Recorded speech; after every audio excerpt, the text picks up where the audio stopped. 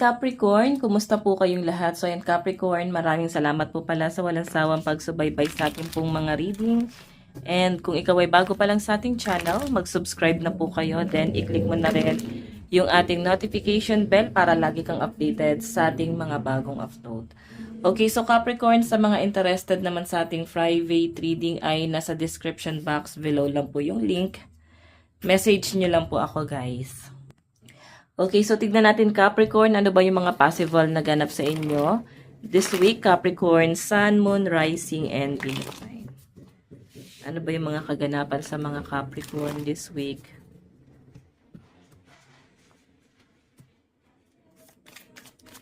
Capricorn, Sun, Moon, Rising, and Venus sign.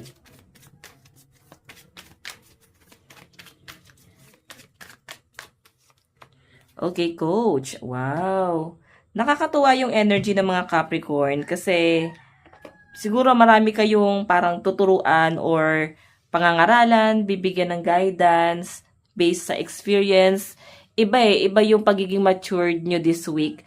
Nakikita ko na magaling kang magpayo, no? Kahit sabihin na natin na marami kayong naging kasalanan or nakaraan, hindi magandang nangyari sa buhay, pero ang daming realization ng mga Capricorn this week. Kaya, no? Advice, knowledge.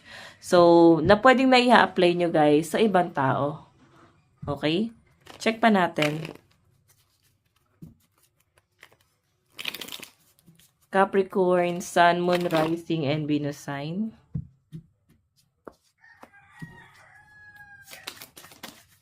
Additional message. Meron tayong promise. Responsible, confirmation, assurance. So, patungkol to guys sa love life nyo. So, yung bottom of the deck, pwedeng hindi nagiging maayos yung relationship nyo ng person mo. Nandun sa point na parang medyo disappointment ka pa rin.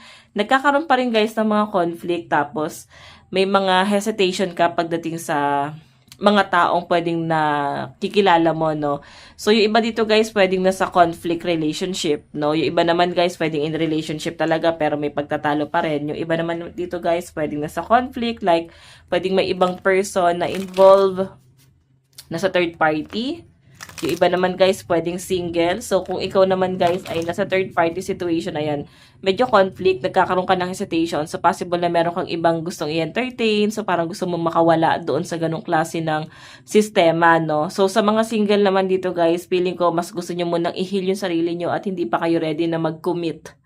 Okay? So, yun yung nasa sense ko. Lumalabas pa rin yung bully. Tignan nyo ha, sinapol ko na siya pero nandito pa rin talaga siya. So, parang nanliliit ka sa sarili mo na aware ka na wala ka naging kasalanan doon sa partner mo dito sa mga single. Aware ka na wala ka naging kasalanan doon sa partner mo pero parang inabandon na ka. Okay? So, check pa natin guys.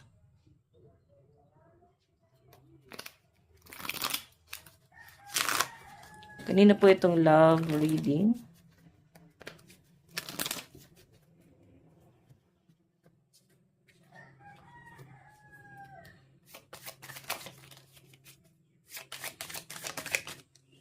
Meron tayong self-love, self-concern, self-healing, independence. Ayan, no? Mas malakas yung energy ng mga single. Pero mas okay kayo, no, sa mga single dito. Mas okay kayo, mas nahanap niyo yung sarili niyo this week. Doon yung iba naman dito, guys, na nasa conflict relationship. Hindi niyo naman din siguro kino-consider talaga yung sarili niyo na committed talaga sa iba. Kasi nga, nasa conflict eh. So, aware ka na, ay, mukhang wala naman kami. Kasi nga, aware ka na nilagay ka sa third party ng person mo. Or aware ka na talagang nasa ganong cycle ka. Nasa ganong sitwasyon ka. Then parang pumayag ka. Okay, so again, sa mga Capricorn dito guys, kailan kayo mauuntog? Bakit kayo pumapayag sa ganong klase ng setup? Pasensya na kayo sa mga motor na dumadaan. Check pa natin. Kanina tong love reading.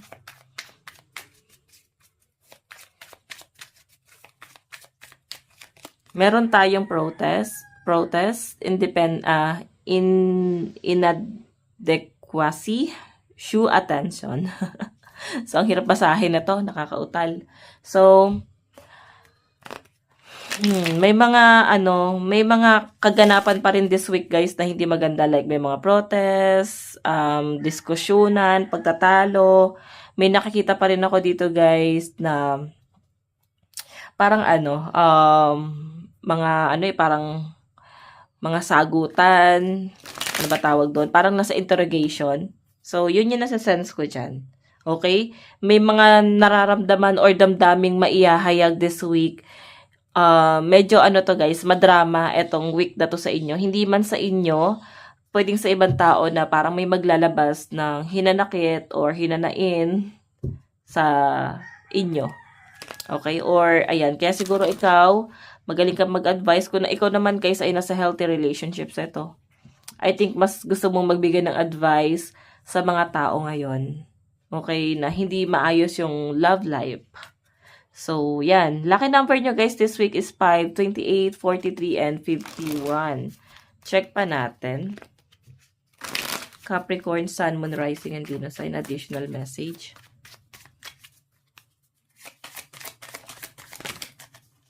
Meron tayong inhale, exhale. So, more on pag-ano rin guys. Parang gusto nyong huminga muna this week. Ang daming nangyaring hindi maganda nitong mga nakaraan. Okay, so alam nyo Capricorn, more on realization ka this week. Parang gusto mo munang mamahinga, mas gusto mo mag-isip, gusto mo munang umalis sa mga problema. Ayaw mo muna masyado ng maabala din. Kasi yung energy mo rito, yan no. Gusto mo ng someone na magbibigay talaga ng clarification or something na advice sa bagay na pinagdadaanan mo rin this week. And ngayon, pwede siguro may nagbibigay sa inyo nun. Pero ngayon, pwedeng wala na siguro sila or na busy. Then, ikaw, kailangan mong aralin sa sarili mo. Okay? Na tulungan yung sarili mo na makaalis dun sa problema or more on realization kasi guys eh. So, this week guys, parang mas gusto mo ng private life.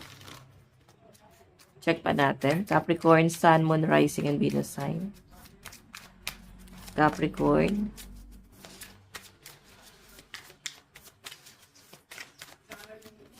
Meron tayong no justification needed. So, ayan. Alam nyo guys, pagdating sa love life mo, walang nagbabawal na to sa inyo. Okay? Gawin mo lang yung mga bagay na gusto mo. Pwedeng ikaw, nandun ka na sa point na yon. Kasi alam mo naman sa sarili mo, wala naman nagkokontrol sa inyo. Hindi ka naman committed. No? Kung nasa third party ka, may laya ka pa rin na gawin yon. Kasi hindi ka naman totally committed dun sa person na yon. Or basta kung ikaw ay nasa magulong relasyon ngayon guys, mas iniisip mo pa rin dito na hindi naman ako committed. So, pwede kong gawin yung mga bagay na gusto ko. Malaya pa rin akong gawin yung mga bagay na gusto ko. So, yun nasa sense ko dyan.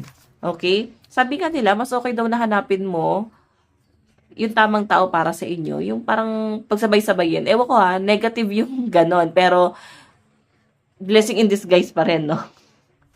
Parang maganda pa rin yung dulot. Like, kung karelasyon pa lang naman, jowa-jowa, isipin nyo na lang kung 5 yan. Salain mo dun sa 5 kung sino talaga yung para sa inyo. Baka kasi may mga ganyang senaryo kay this week. Okay? Kung marami kang ka-talking stage, okay lang yan. Check pa natin. Meron tayong this is BS. So, yun. May mga napapagod na dito mag-self-love. Pwedeng, matagal na kayong single. Pwedeng napapaisip na kayo, mukhang nakakapagod na to. Kailan ba ako magkakaroon ng tamang tao sa buhay ko? Kailan ba ako magkaka-love life?